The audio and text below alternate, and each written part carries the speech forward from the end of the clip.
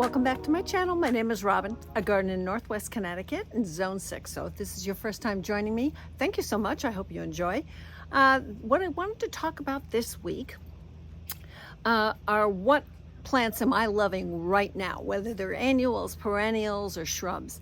The weather in Connecticut has been very unusual. It's been very hot, which is not completely unusual, but the humidity has been going on for now like a couple of weeks. And it's not just humid, it's ridiculously humid. So I really envy people who live in climates that are not humid. I'm moving plants around on a daily basis. We're having torrential downpours. It's been a very, very challenging season, and now the Japanese beetles have shown up. So let's make it even more challenging. You know, I come out and big pots of dahlias are blown over. It's very frustrating. So obviously I am not dressed for gardening today, and but I'm actually on my way out. And I'm going to be doing a lot of voiceover so I can talk about the plants that I'm loving right at the moment, just because it is so warm out here. Somebody mentioned they wanted to see me out gardening, you know, and doing stuff. The only thing I'm doing right now is pulling weeds, deadheading dahlias, deadheading daisies. I am trying to limit the amount of time I am outside. You know, I'm watering containers, but other than that, if it's something really important, I'm trying to get my husband to do it, frankly. It's just been so humid. I had a bit of a medical scare last week, so I'm trying to take it easy. So please, thank you for watching. If you're a subscriber already, I can't even tell you how much I appreciate your support. Another thought, just a lot of people ask me about the supports in my garden, about my plant tags. The plant tags are all in my Amazon store, which is linked down below. The tags and the label that I use, and then I use a regular P-Touch label maker to actually make the labels. So if that's something that you're looking for, these are great. They last from year to year. I find the ones where you write on them, they just don't last. They fade out. I mean, I do have a book that has all of my plants listed in it. A page with detailed information on it, but that's not the same. You know, if I'm walking around or somebody's here to visit my garden, you know, I don't want to have to run inside and, you know, if somebody says, well, what variety of Heuchera is that? It's like, who knows, you know? So again, thank you in advance for watching, and let's walk around and let me show you exactly what I think I'm loving right now that's performing in the heat, the humidity. First we had drought, now we have torrential rain. What is surviving and what isn't? So in no particular order, I'm going to go through some of my favorite top performing summer plants. First up, I'd have to say are the Alliums.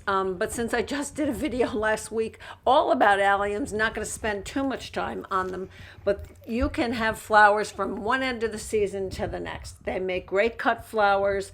They're basically zones 3 through 8 for the most part. Nice upright structures in all different shapes, sizes, and colors. And I can't even imagine my garden without them. They're key to my garden. The great thing about Alliums is that they just last and last and last. And when one finishes, the next variety starts. So you can have them for months, which is what I love. So these have just opened up. Here you can see I still have, well, the drumstick Alliums have really basically just started opening. The pollinators are loving them.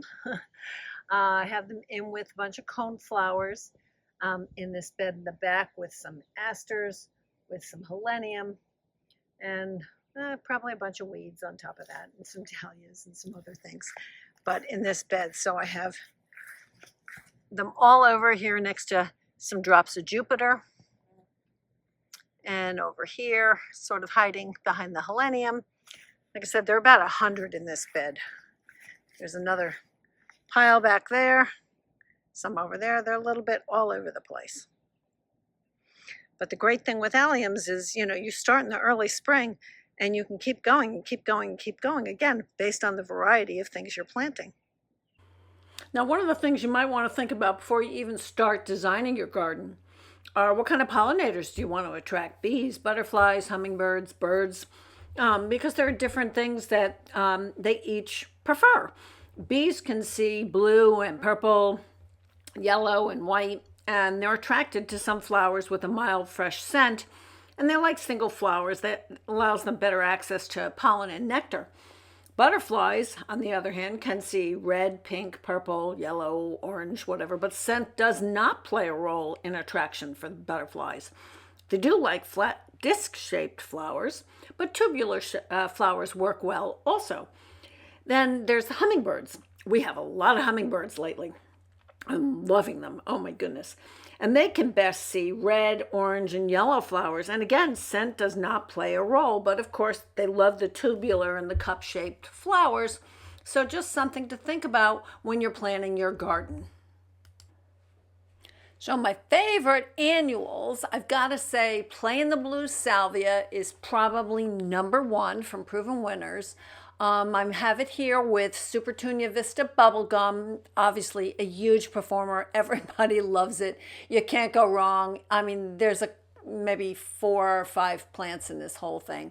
I've got some marigolds in there. But I also have it mixed in with some Verbena bonariensis, which I've got to say, again, is another one of my favorite annuals. It does self-seed for me in my zone, so I've just been starting to pull a bunch of it out because it's kind of taking over this area.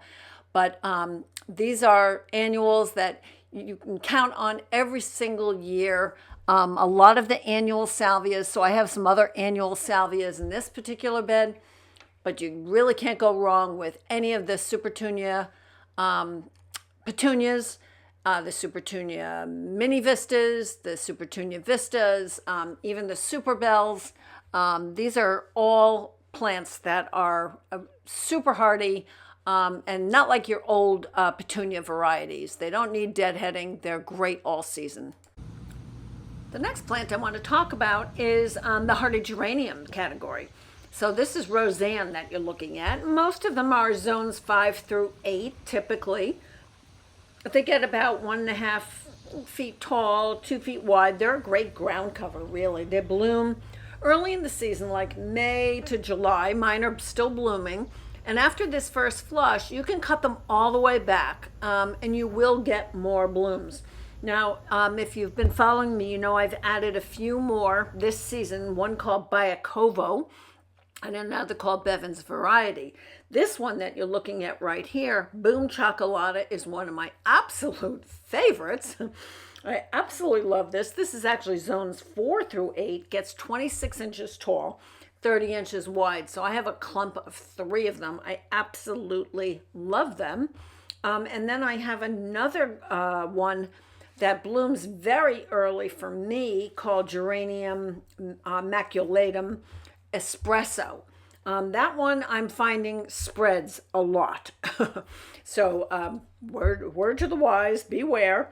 But again, think of things that are going to provide you really year-round or at least 3 seasons of interest when you're planning your garden.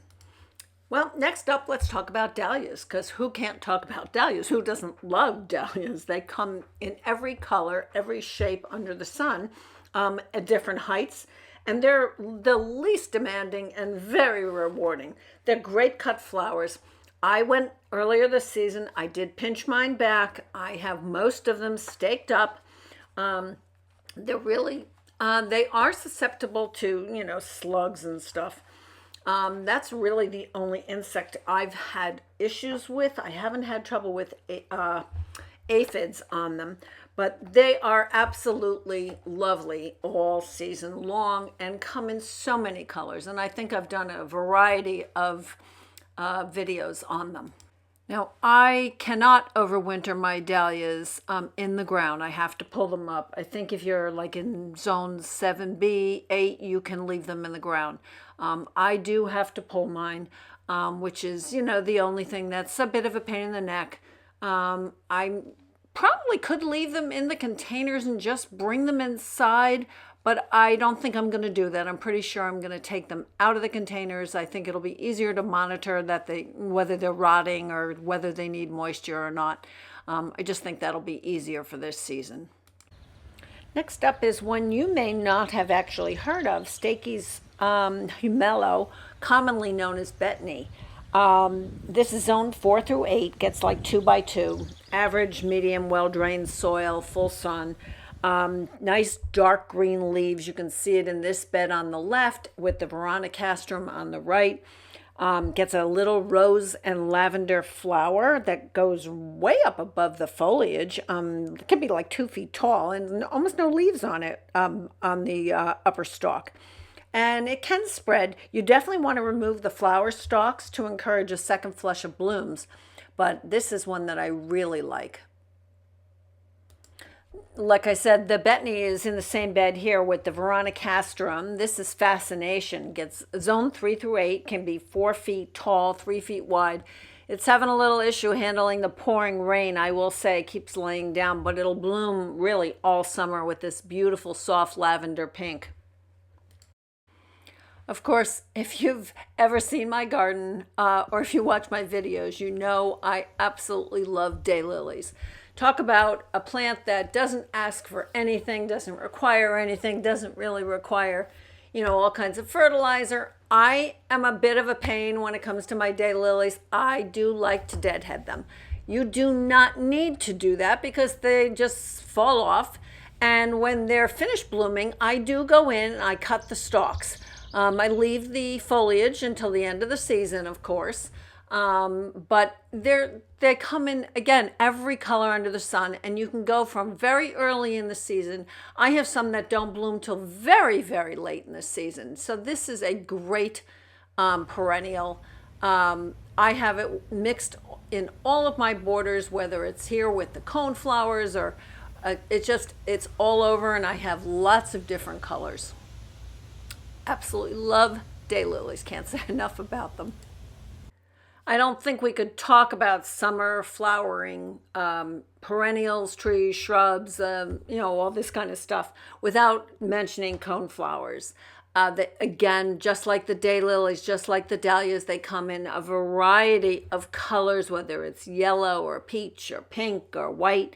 They have nice sturdy stems. They attract all the pollinators. They love, part sun. They get typically, 2 feet high, maybe 18 inches wide. It's hard to go wrong with them. I have a variety of them. This, I believe, is Magnus that you're looking at. I have Cheyenne Sky. I have Price's White. I have Cantaloupe. I've added a whole bunch. I have Green Twister, Sombrero Lemon Yellow. I could go on and on and on here. Again, they're great. They're great for all the pollinators, and I can't imagine a garden without them. Here you see them behind daisies. This is Banana Cream 2, which is my next one that's up. All the daisies, the Shasta daisies, are great. You do want to go in and, I think you should go in and deadhead them. It keeps them flushing new blooms. This is Becky. But again, I have a variety of different daisies, so I can keep my season going. Now, typically, again, daisies are zone 5 through 9. They like full sun. They really prefer dry to medium water situations. They do attract butterflies for sure. Again, full sun with the pretty rays around the centers.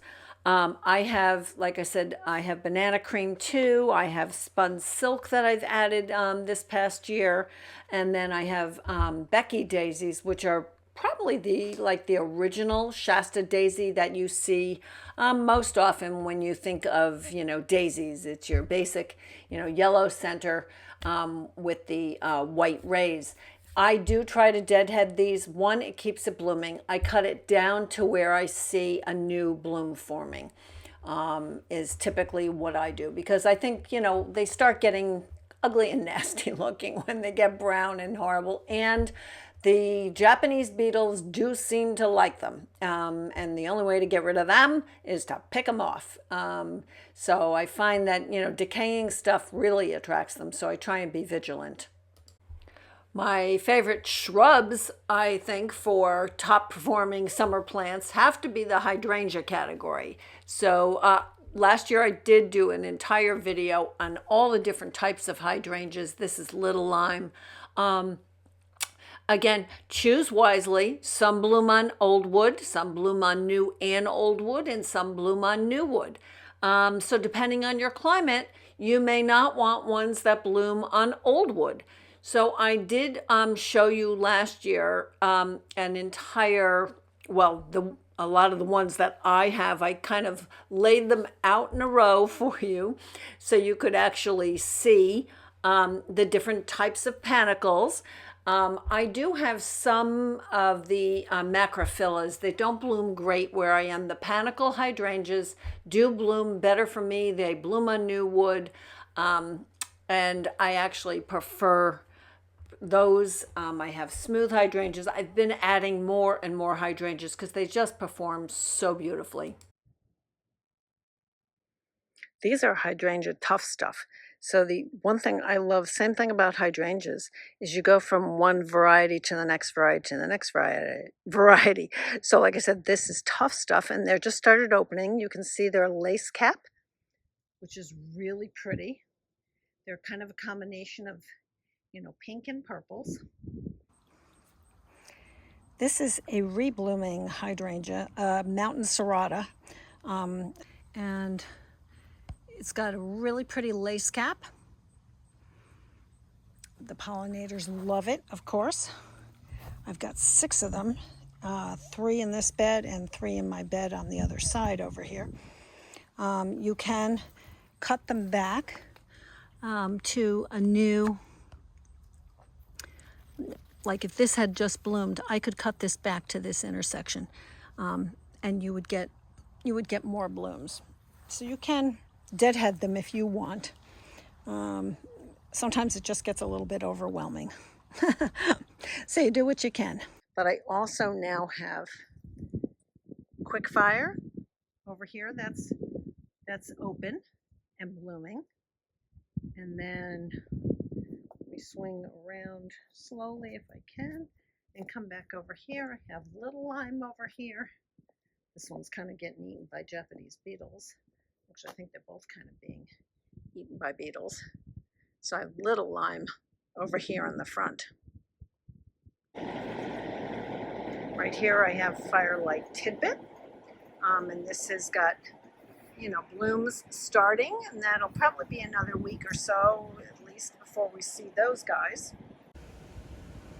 This guy blooming now is Invincible Mini Mauvette. So pretty, really nice soft little pink.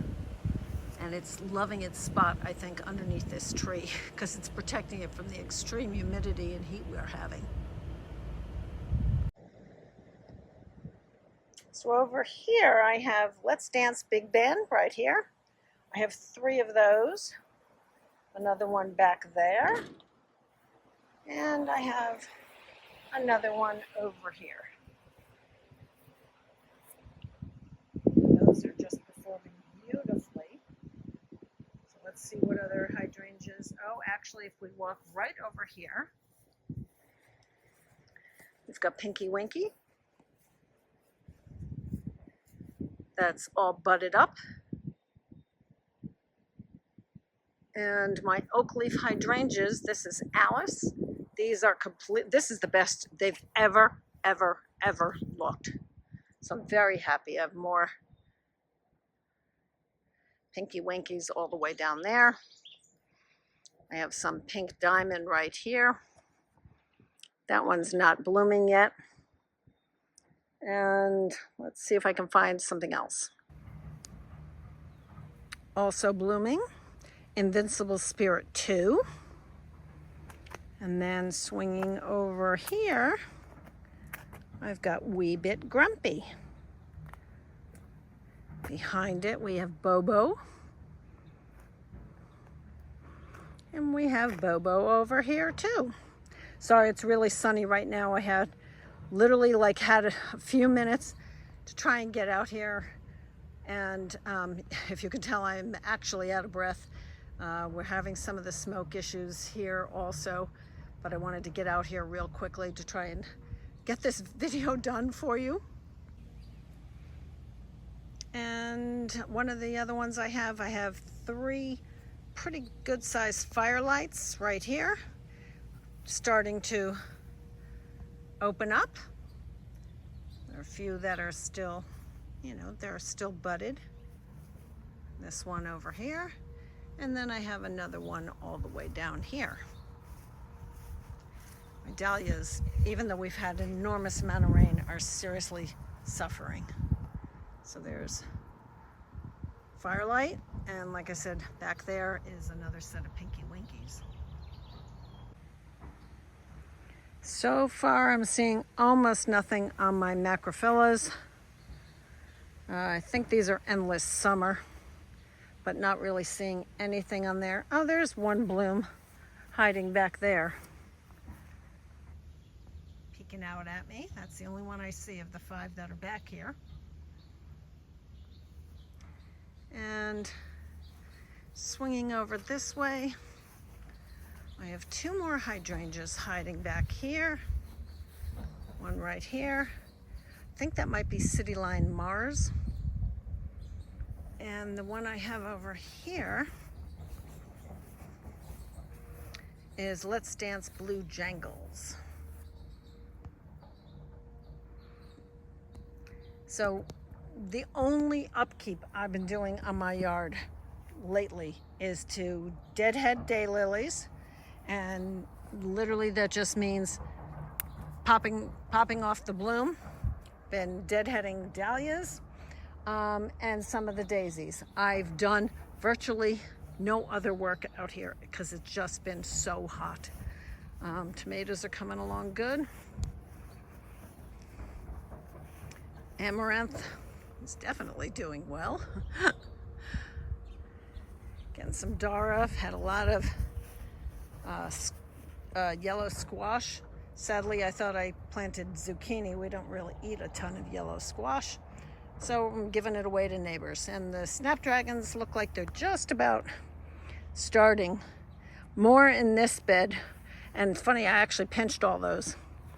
And then in this bed I have snaps and zinnias. Lots more feverfew.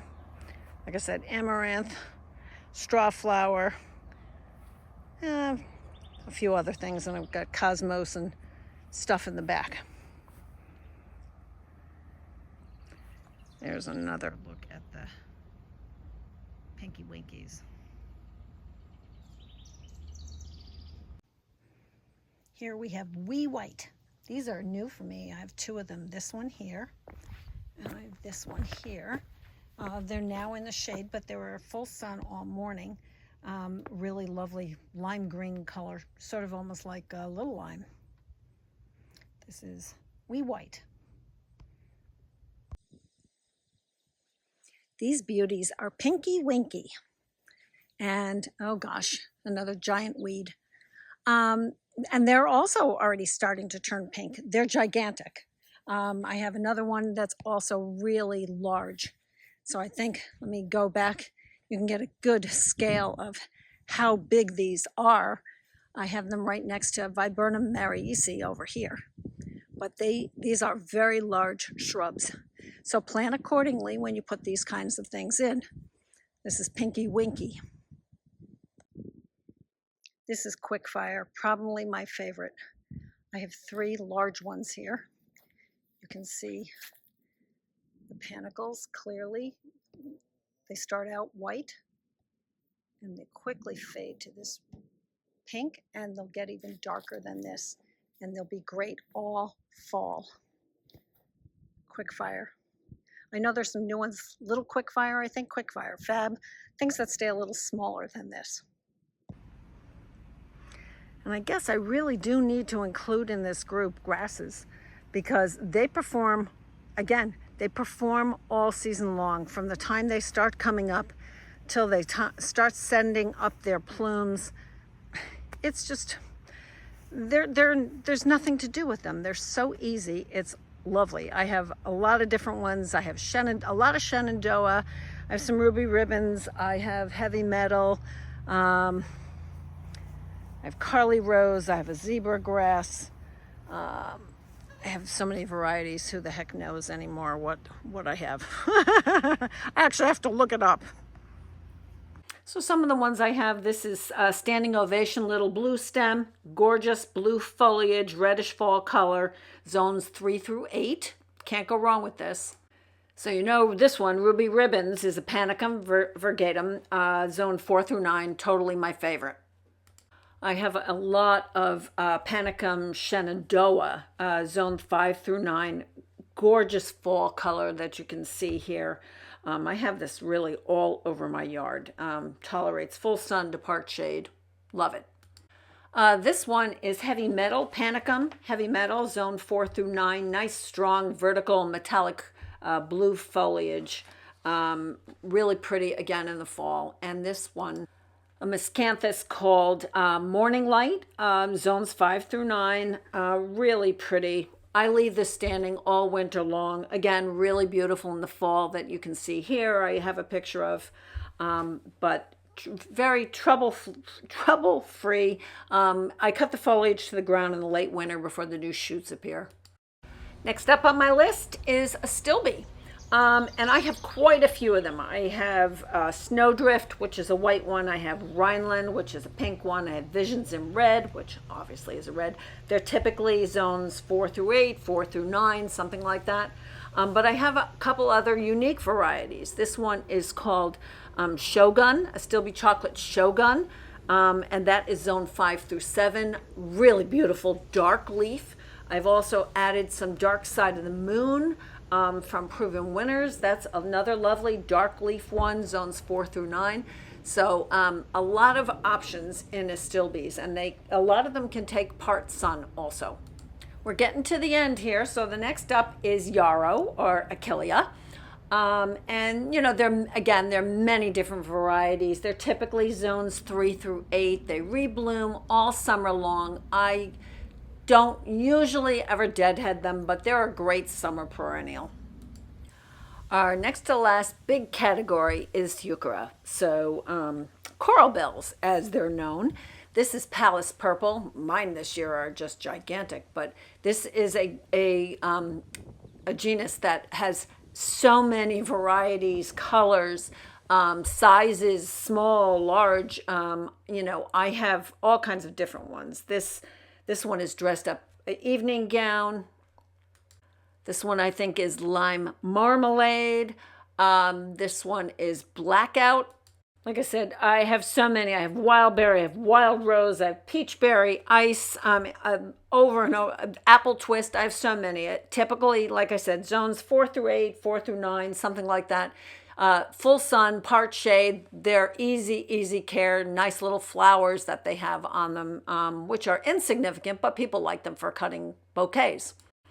Now, you know I can't end this list without talking about Nepeta, catmint. Walker's Low is my favorite. I've added Junior Walker this year. I've added Cat's Pajamas. I've added a Neptune. So I'm trying to diversify my catmint category here a little bit, because I've had some trouble with some of my older Walker's Low.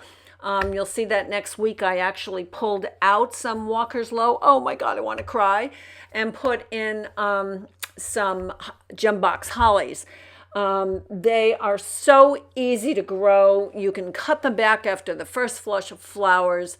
They just produce all year long, from early spring all the way to the fall. There are years I don't even bother to cut them back. I love the little lavender blue flowers. Like I said, it's almost continuous bloom from the time they start in the spring till we cut them way back in the fall. They're zones 4 through 8 for the most part. And again, I've seen some new varieties coming out. I see there's a new variety coming out next year that I want to get my hands on and try. So without a doubt, my number one top performing summer plant is got to be Nepeta, catmint. I love it. I have it, I think, in every single bed that I have. So if you don't have it, you might want to try it. Give it a shot. There, like I said, there's so many different new varieties: Cat's Pajamas, Cat's Meow, and there are others from other companies, Monrovia, etc. I have a lot of proven winners personally, but you can find it's, for the most part, catmint is not a branded plant, so you can find it almost anywhere, wherever you live. So try it. So I hope you found this interesting. These are definitely my top performing summer plants, and hope that gives you some ideas. I know loads of you asked me about my plant supports. So I was just out at Old Farm Nursery in Lakeville, Connecticut, which is where I get these. And I picked up 3 more. Every year I try to add a couple. They're not inexpensive, I'll be the first to say. But I have some plants that really need some taller supports, like that Veronicastrum right there. That needs some support. I thought I had it tied up, but it needs support.